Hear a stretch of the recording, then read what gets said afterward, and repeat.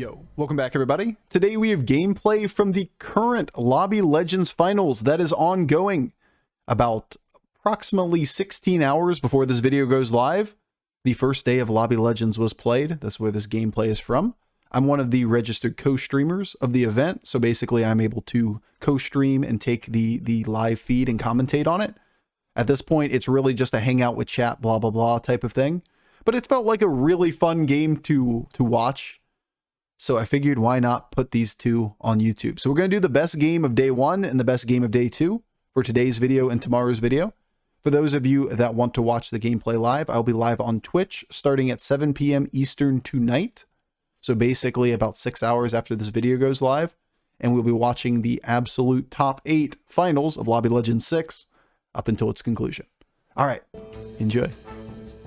You see those ears? Look how cute.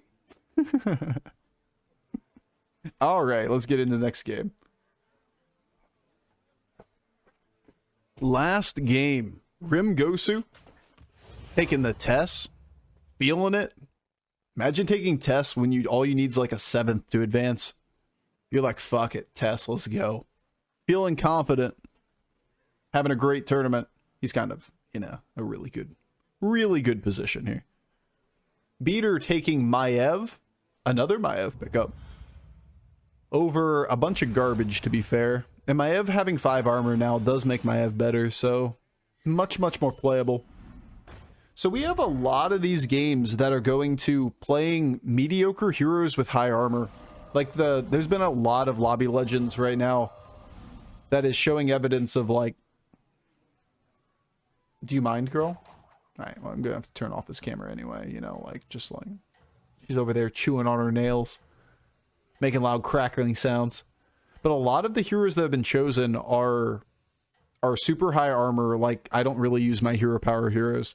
A little bit of passive advantage in the mid game, like Illidan, Tavish. You had Rakanishu last game. I'm not even sure he pushed the hero power at any point on Rakanishu. Just taking the 8 armor is my hero. A lot of evidence showing like armor is more important than hero right now. Bro, she's really hungry. Yeah, she's just eating her feet now. All right. So Tavish picking up what appears to be a 2-on-2 line, right? Like, there's no way you're staying down for this. Which is exactly what old Patchwork was, except that's not what makes armor good. Armor is good because the higher your armor, the easier your quests are. There is a hidden mechanic in the game that the lower your armor tier, the worse your armor tier, whatever. So like, you know, having 10 armor being the worst heroes, their quests are tuned to be easier to achieve. To make it another balancing tool. So a lot of these heroes that are like high armor heroes that have some situational niche usage in certain lobbies are outweighing the value of the hero power. Just the quest value is outvaluing the hero power value. Making the hero irrelevant is one way to balance. Yeah. I mean, I don't think it's a bad system. I think heroes definitely feel more balanced right now than they typically are. Zarella following Jeef curve. Picking up what appears to be... Well, I guess appears to be is not really the necessary term. Just taking tempo minions in a pair and leveling on Jeef. We also have 20 seconds of looking at the minions that we have chosen as Zarella here. 3-on-3 out of Illidan. We have 3-on-3 out of Tavish as well. We have Maiev following Rafam curve, probably. At least like lower curve, still on Tavern 1, and everybody else is on 2. My big head is in the way again. Good reminder. Good reminder. I'm in the way of the gold. Gold is important. Way more important than me. I get that. Matsuri is not impressed.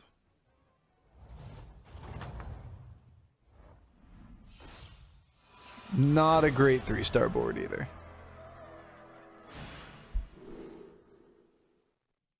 Buy 4 minions for Parasol is just super cheap. That's turn 5 Parasol.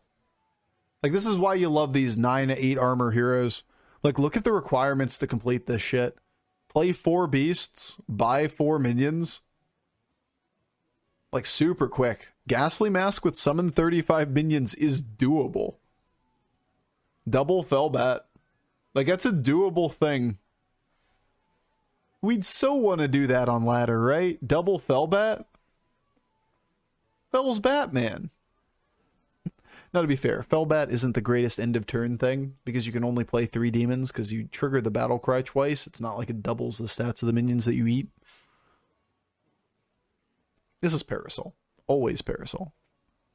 Doesn't mean that it's Parasol here. Matsuri is in last position, is nearly mathematically eliminated, pretty much has to get a first to have any chance of advancing. So if he views that as like, I gotta shoot the moon, my best bet is to take a high-risk line with Firebat or something. It is a non-Murloc lobby. You can maybe win off of stats. He's taking the Parasol anyway, saying I gotta win the game off of a different way. Are lobbies significantly quicker than ladder? No, but there's less of the screwing up that goes on. There's a lower number of people taking bad lines that are taking weaker minions in the middle of the game, that are taking weird leveling curves that just buy other people time.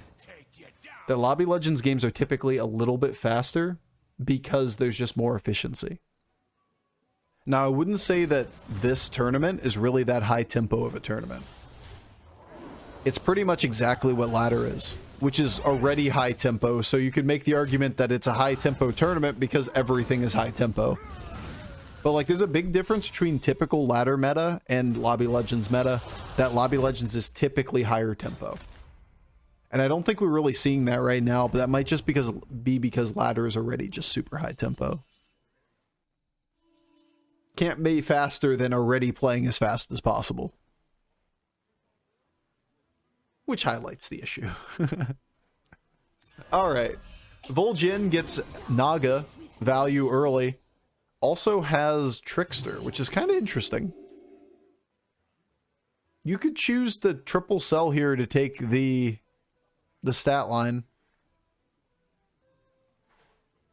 Lighting. Your cameras.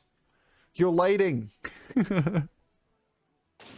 Does double Firebat work with the always have 7 minions tavern hero? You're saying Arana doesn't work the way you want it to. They've confirmed that they want it to work differently, but it doesn't work the way you want it to. Not right now. Hey, anxious dog is anxious. Alright, well, I'm just going to chill here for a minute. That's cool.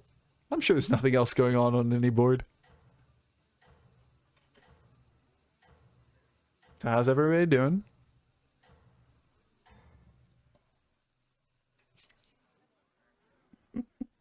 It's okay. It's been a long tournament. Production needs a break too. Not bad? Oh, good. Good to hear. So we have double death rattles and add Charlie to your hand out of beater, by the way.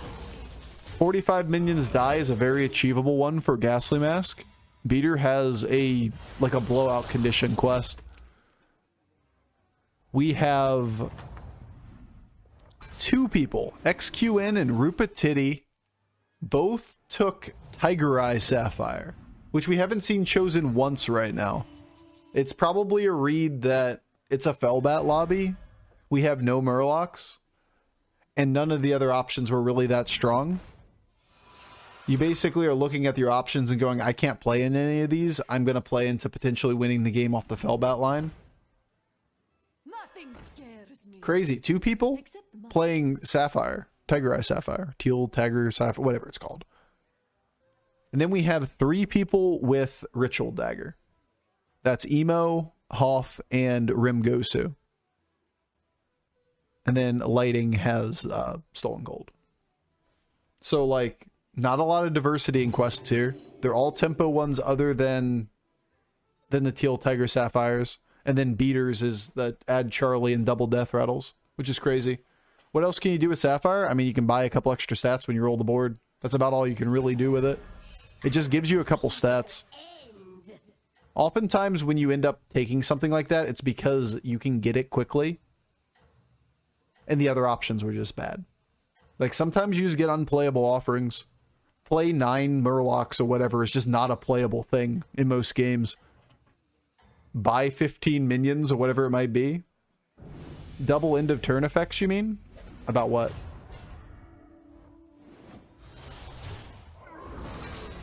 Fuck if I know what you're talking about. Beater? Yeah, it's add Charlie and end of turn effects. Ghastly Mask. But we're talking about a different one. We're talking about Tiger Sapphire.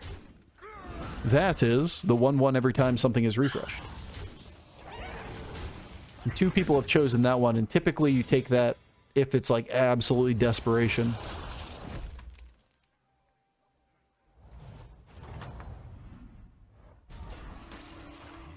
Alright, so we have... Ripetiti has the Teal Tiger Sapphire as the quest. Buy 6 minions is the activation, so it is relatively quick here. Gets a hold of Leapfrogger. Needs to buy 1 more minion to get it online, but he doesn't exactly have to rush. Takes a 6 and is probably just playing this game off of whatever this 6-star is going to be. Unfortunately, misses on the Firebat. The Firebat here would have been nasty, because you have the Sapphire online next turn, so you would have been able to play directly into that. The gloves? That's what I'm saying, man. I need gaming gloves. This is how you qualify for Lobby Legends. You just need the gaming gloves. Like, he just got done with a really intense deadlift, and then immediately started streaming. Firebat time. That's not Firebat. Firebat time. I mean, at least it's something good, but it's not Firebat. Next turn, Firebat for sure. We're believers. Firebat for sure. Malagos over here like, I got one direction, guys. We got to triple into a 6. I got to turn it into Fellbats repeatedly and hit the Sapphire.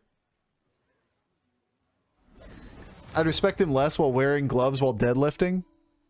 I guess it kind of depends on what exactly we're talking about in terms of ranges. But fuck if I know.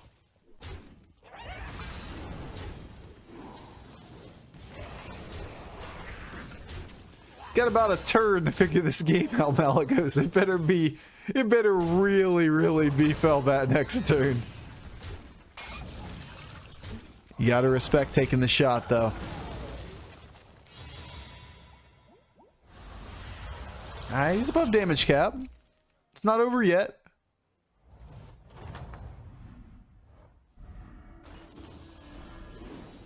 Alright.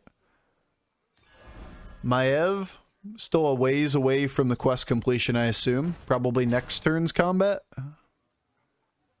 Have 45 minions die in the game. He doesn't have a good amount of Death Rattle synergy, so like, I'd love to see what the progression is on this. It's probably like 25 to 30 right now, so maybe next combat.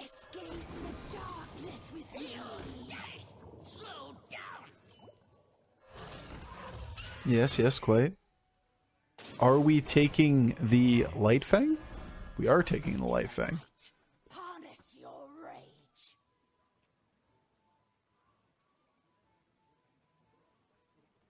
I mean, I like it. I like it. I like it a lot. I like Beater's lines this tournament. I think he's played a great tourney. He's giving himself an out.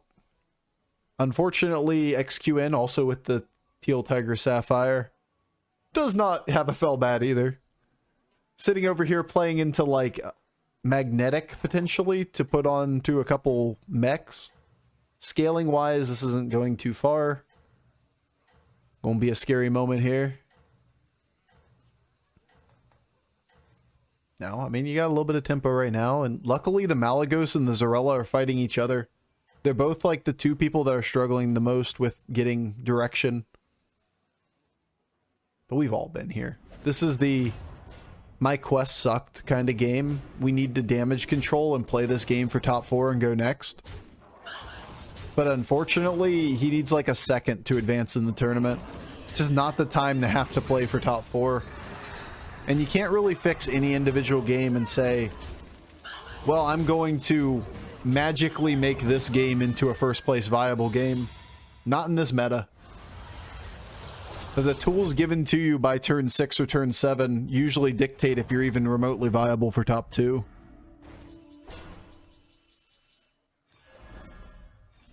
It's alright. We got this. We got the rolls. We got the triples. We got another Overseer. Got a nice magnetic here. He really wants to play for the 6-star next turn, right?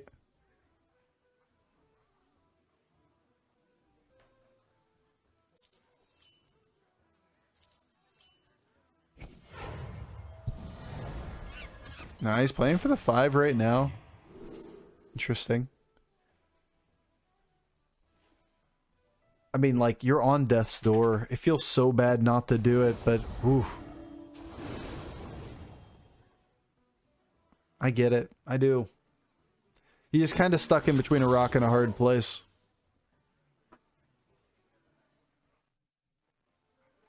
You gotta commit all your resources to the board to stay alive, and if you commit the resources to the board, then you don't leave yourself a win condition for the next turn.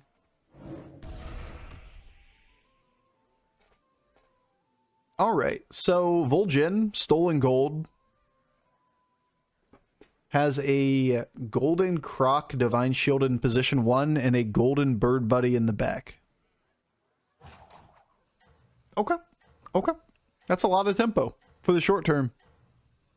He could play this one instead of for the Golden Bird Buddy, instead play for the Golden Tank. I'm a little interested to see. Maybe not. It's Golden Bird Buddy's just better here. You get 2-3 things to die with multiple minions on the board. You get somewhere in the range of like 16 stats extra off of the Golden Bird Buddy instead of regular Gold or Bird Buddy. Big appetite.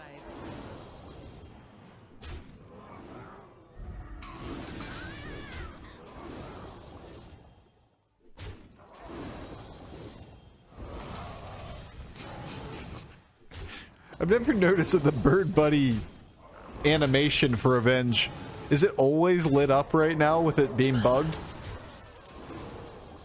Why is lighting playing in his bathroom? I don't know, but why does his bathroom flicker either? I'm confused.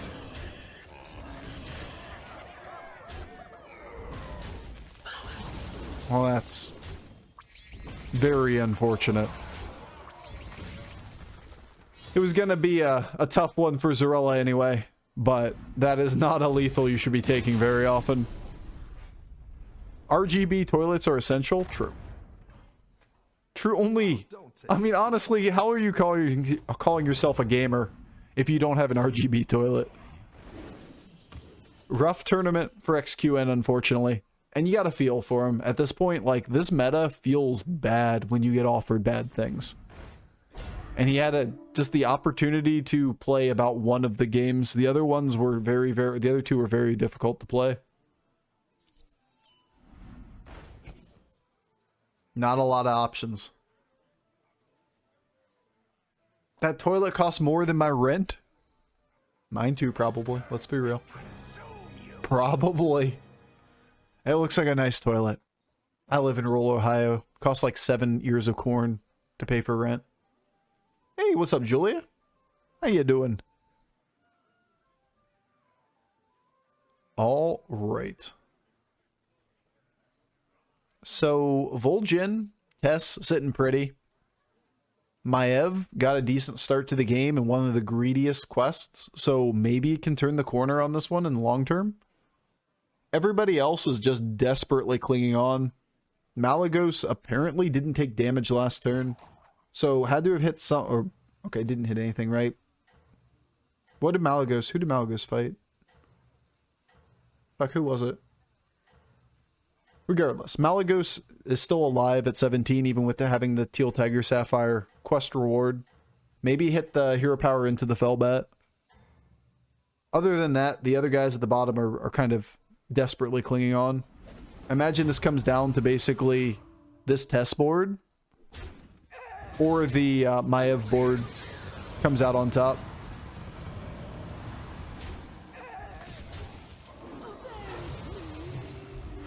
That's like a $1,500 toilet if it's a Toto. The Toto toilet? That's a toilet. That's such a good name for it. Whew. It's a lot of health on the board.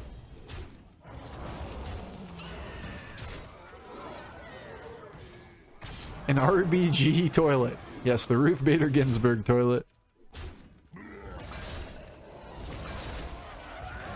It's quite a thing to behold.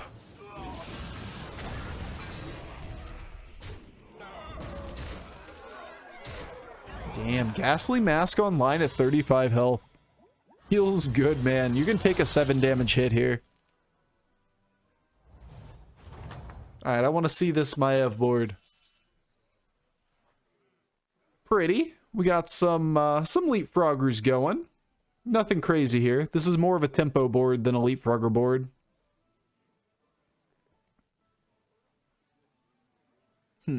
Why is everyone talking about a toilet? Just wait till you watch Lighting's point of view. Dude's got a stellar setup. Yeah, one of the players is named Lighting. It'd be a confusing conversation if you're just coming into it. The player named Lighting has a very interesting camera setup.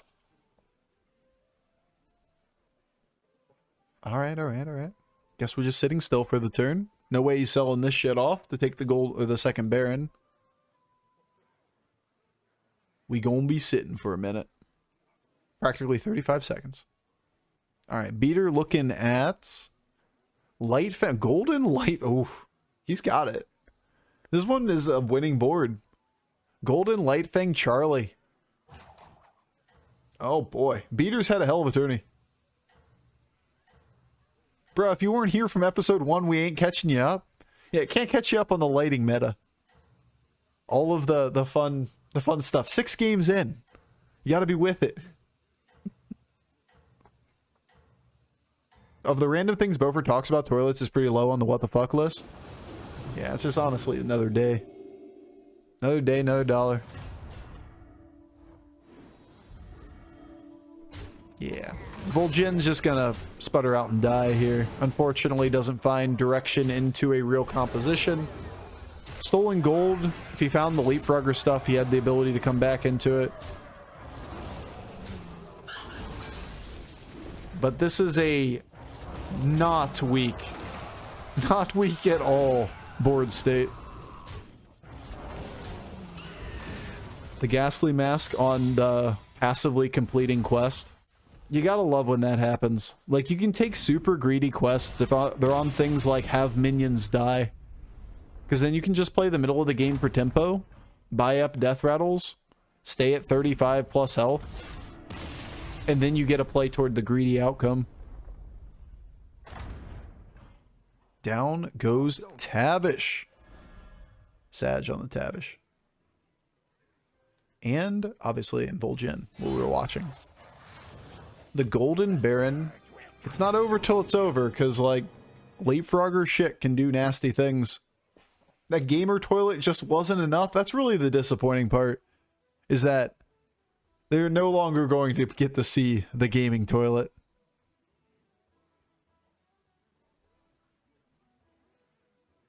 I'm offended Bofur didn't read my comment. I didn't see it. I don't read everything in chat. Mostly things that are labeled or are said by Happy Madison. Like, I just ignore all your comments. Oh. Yeah, I have no idea which comment it was. There are a lot of comments. I read about the Ruth Bader Ginsburg one.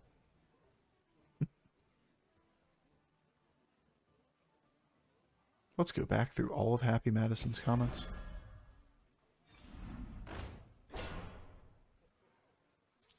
Look at all these. Lots of comments. All right. So we got a Golden Baron. When you get a Golden Baron, the game opens up. You're thinking to sell one here to play more in the leapfroggers. You could sell like the bomb to play the high main. Look through all of my $9.99 comments. Yeah, there's a lot of comments that go in chat, especially when you're actively paying attention to what you're doing. Which, you know, is a good portion of time streaming. I won't read most things. Woof. Baron had bomb taunt.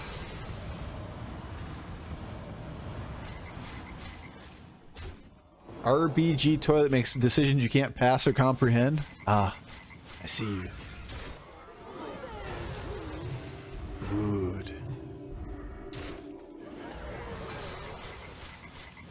It ain't over till the ribbits end.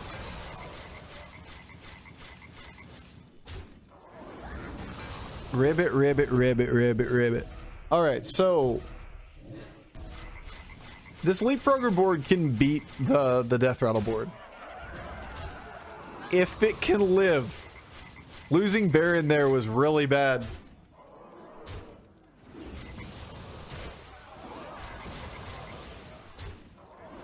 He probably still gets there. It's real close.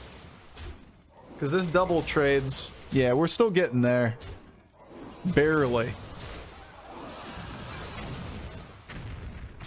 Damn, Leapfrogger sure does make it look hard sometimes.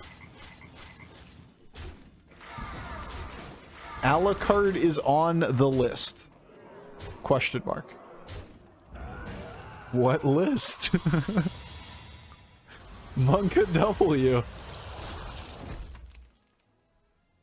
Good. Good job, Leapfroggers. What list am I on? What list is he on?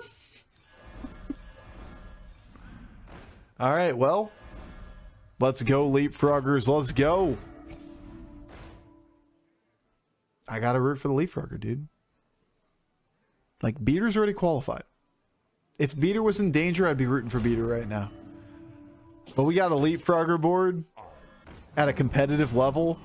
You gotta be on the side of the frogs.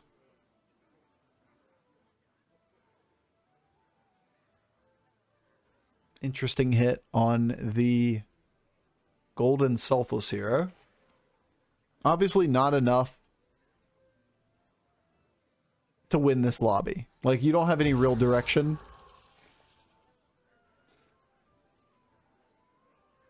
So now you're sitting here looking at Golden Leapfrogger and saying, alright, well, or Golden Leapfrogger, Golden Selfless Hero.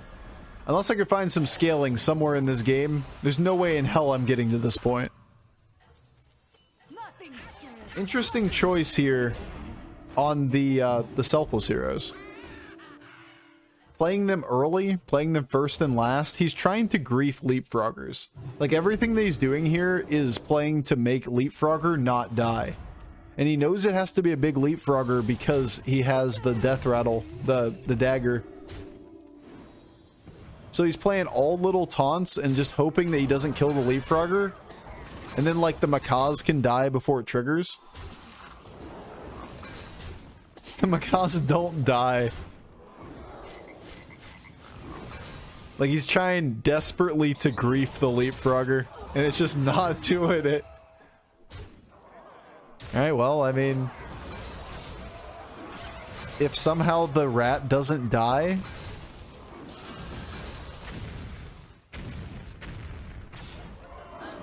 then there was a chance. Yeah, well, I mean, it's not that many procs. Because the Macaws don't go off until after the Baron dies here.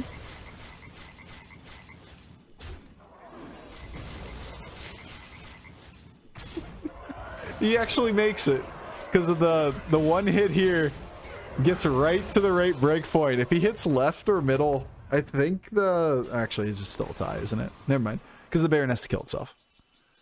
Either way, barely surviving with the Leapfrogger board. A good read from Matsuri. Was able to grief enough of the Leapfrogger procs that he actually ties that round. But really, there's only two people that are capable of winning this lobby. Either the Maiev wins off of the big stat double end of turn effects, or the Leapfrogger gets there. Now, there's a world that Tess fights the Leapfrogger, like, into the ghost, gets the golden Baron and can somehow make it work too. It would have to, you know, basically beat this Illidan and then afterwards get the Ghost. But he can't fight the Ghost. Yeah, actually he does fight the Ghost. He guaranteed fight the Ghost. Because the Illidan has to fight the Maiev because he didn't fight the other guy.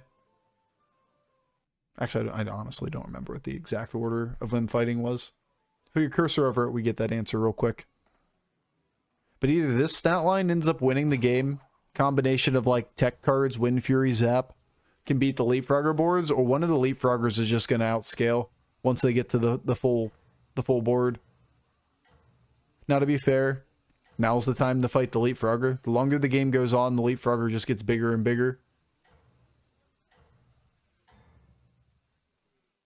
I got ultra fast internet, but quality of stream keeps getting super bad. I wonder why. It's not on my side. I know when it's on my side. That right there is the bitrate. That right there is the FPS. It ain't me this time. It's on you.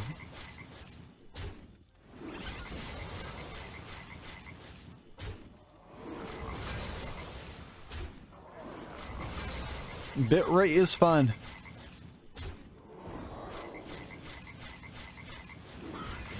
Oh, it's so beautiful. It's so ribbity. Look at him go. Look at him get gigantic. For once, it's not my fault. For once, it isn't. It usually is my fault. This time, it ain't me. Look at all the value trades, too. Rabbit, rabbit, rabbit, rabbit, rabbit, rabbit.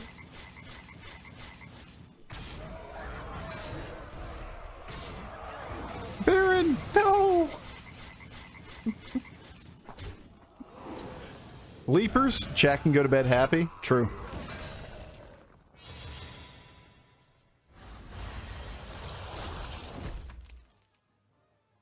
Ribbit, ribbit, ribbit.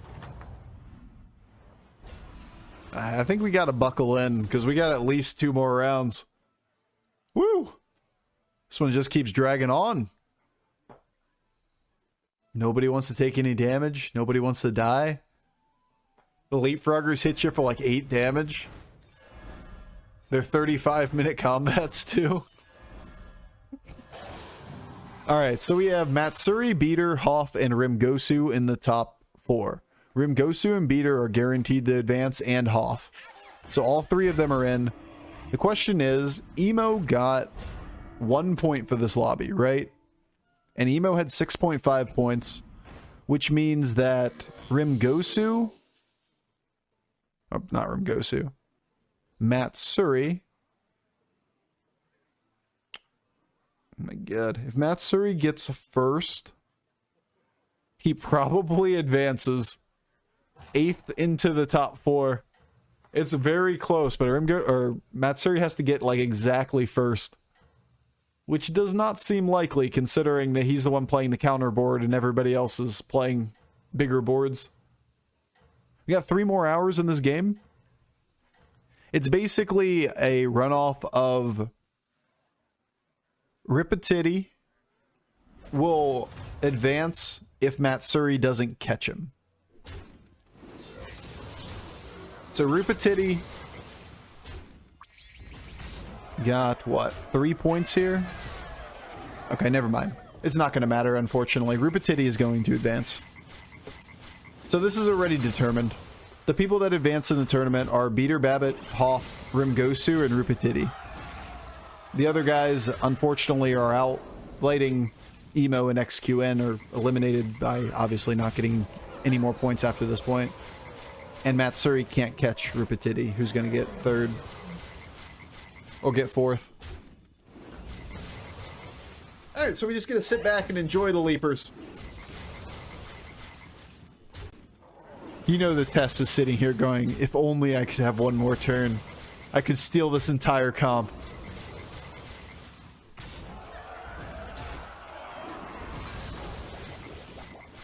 It could be mine.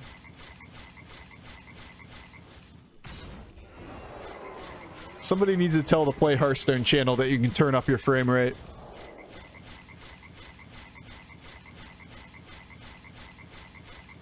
We could have these leaps going off a lot faster.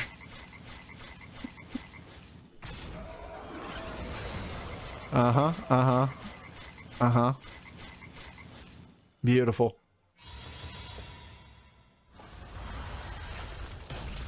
All right, top 3 or top 2? Top 3. It's gonna keep going.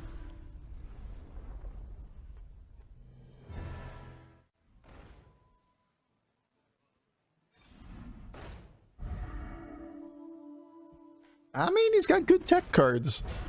This is a somewhat reasonable line, because he's going to want to cycle 1 minion here, make the cleave bigger, and he can attack twice with a cleave. He's either selling Pashmar or he's selling Leroy. Against the Leapfrogger board, Leroy doesn't typically do too much. So the whole read here would be that you play cleave position 1. It's Wind Fury cleave and is the ability to play an extra unit. He sells the Macaw. That actually surprises me quite a bit. So has any meme quest done anything? No. Nobody has chosen a meme quest. There was one top 4 out of a cookbook. Anybody that took anything that was greedy outside of this game specifically with Beater's double end of turn effects has pretty much just been insta-gibbed.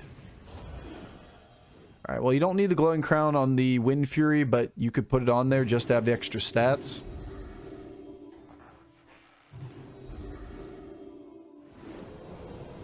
You gotta respect the super late selfless hero. Now, the triple cleave here is just nasty against Leapfroggers. Like, that was the perfect opening cleave.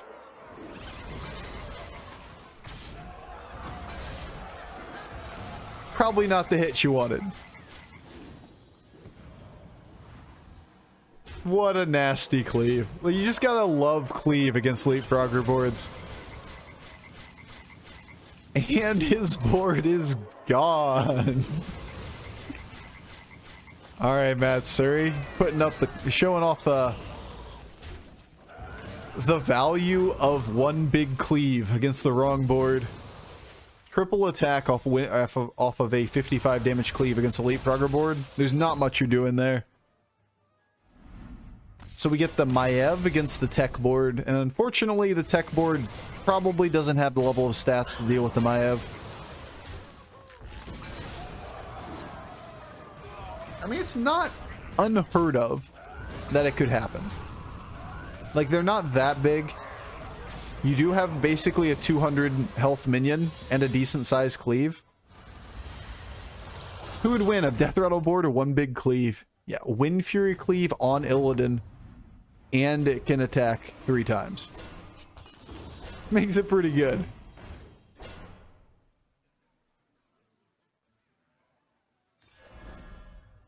Like, this is a big board. It's a lot of stats. But a lot of stats loses to a Divine Shield 200-200. Like, this board is good against medium-size, like, Leapfroggers and whatnot boards. It is not good against Myrmidon. He really needs, like, a Mantid to pull all this together. That Ghoul isn't really the read anymore. He's taking as many stats as he can put on the board.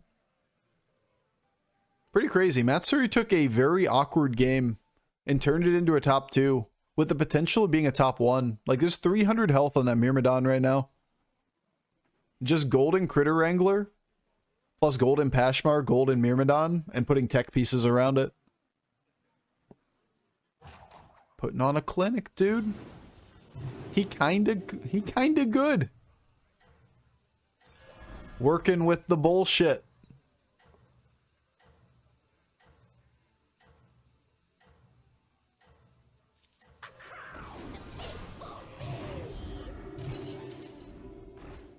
Freeze. Probably freeze for the Divine Shield. Double. Double ghoul. Whoa.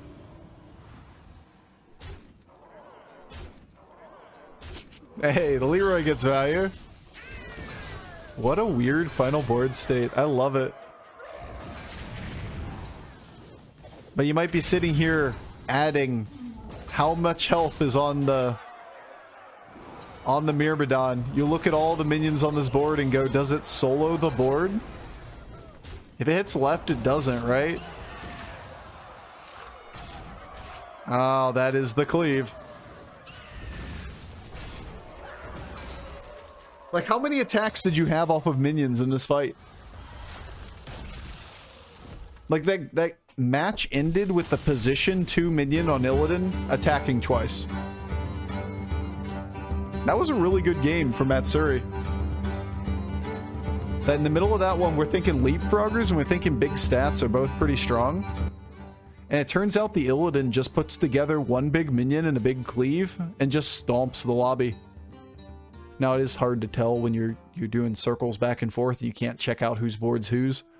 To realize that the Illidan had hit Golden Pashmar, Golden Kripparrian, and Golden Myrmidon to put together the 300 stats. That one kind of blindsided me. I expected him to get basically a 2.5-ish finish, somewhere in that range. Ah, Lobby Legends. You love to see the performances. The weird-ass lines. Bofur, why do our cleaves go to the corner, but Matsuri gets all good cleaves? He's trained his Hydra how to hit perfectly. We haven't spent enough time training our Hydras. This is important. He probably also bought perks. That's probably it. Beautiful. All right. So we will have a top 4 out of this group being Beater Babbitt, Rimgosu, Hoff, and Rupatiti. From the other group, we had, if I remember I can't remember off the top of my head. There it is. Never mind. Doesn't matter. Sleepy. I remember Sleepy Advanced. And 3 others. Is next film How to Train Your Hydras? Yes. It's not going to be a very good film. We get to say titty more? I guess. I mean, that's just where we are. Rupatiti. Rupidity. Rupee Tai Tai. Oh, Matsuri tie breaks. I didn't even realize, but being the first there. Never mind. We don't get to say titty anymore. Shit, man. The 3 points brings him up to 9. Matsuri had 2 before. The tiebreak of getting first in that game actually pulls him above the threshold. No more titty. Yeah, nope, no more. Matsuri advances. Hell yeah. What a comeback.